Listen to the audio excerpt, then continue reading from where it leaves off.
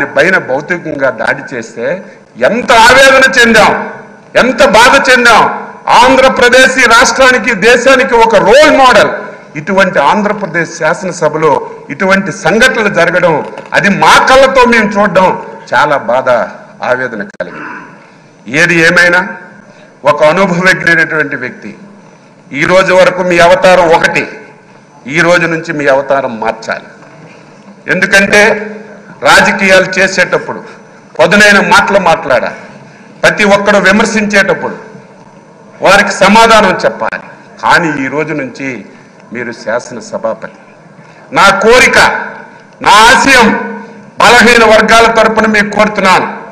ఈ సభ 2024-29 శాసనసభ మా బలహీన వర్గాలకు చెందినటువంటి చింతకాయల అయ్యన్న పాత్ర గారి నాయకత్వంలో ఒక దేశానికి ఒక రోల్ మోడల్ గా ఈ సభ ఉండాలి. ఇది ప్రతి ఒక్కరూ చెప్పుకునే విధంగా మనందరం కూడా ప్రవర్తించాలి. దాదాపుగా 78 మంది, నాకు సరిగా ఇంక తెలియదు, మొదటిసారి శాసనసభ్యులుగా 88 మంది.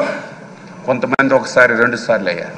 నేను కూడా 6 సార్లు శాసనసభగా ఎన్నికయ్యే అవకాశం మా నాయకులు శ్రీ నారా చంద్రబాబు నాయుడు గారు ఇచ్చారు. ఆయన ఎప్పుడైతే ముఖ్యమంత్రిగా బాధ్యతలు స్వీకరించారో అప్పుడే నేను ఎమ్మెల్యే అయ్యాను. నేను కూడా సభ్యులందరికీ కోరుతున్నాను, ఎవరమైనా సరే కొంతమంది వ్యక్తుల పేర్లు ఈ శాసనసభలో వినడానికి వీలు లేదు, పార్టీల పేర్లు ఎక్కర్లేదు. ఎవరు ఏది చెప్పినా స్వచ్ఛంగా మనం సమాధానం ఇద్దాం, రాష్ట్ర ప్రయోజనాల గురించి పనిచేద్దాం. ఈ పార్టీ మీద ఒక అచంచలమైన విశ్వాసంతో, ఎన్డీఏ మీద ఒక అచంచలమైనటువంటి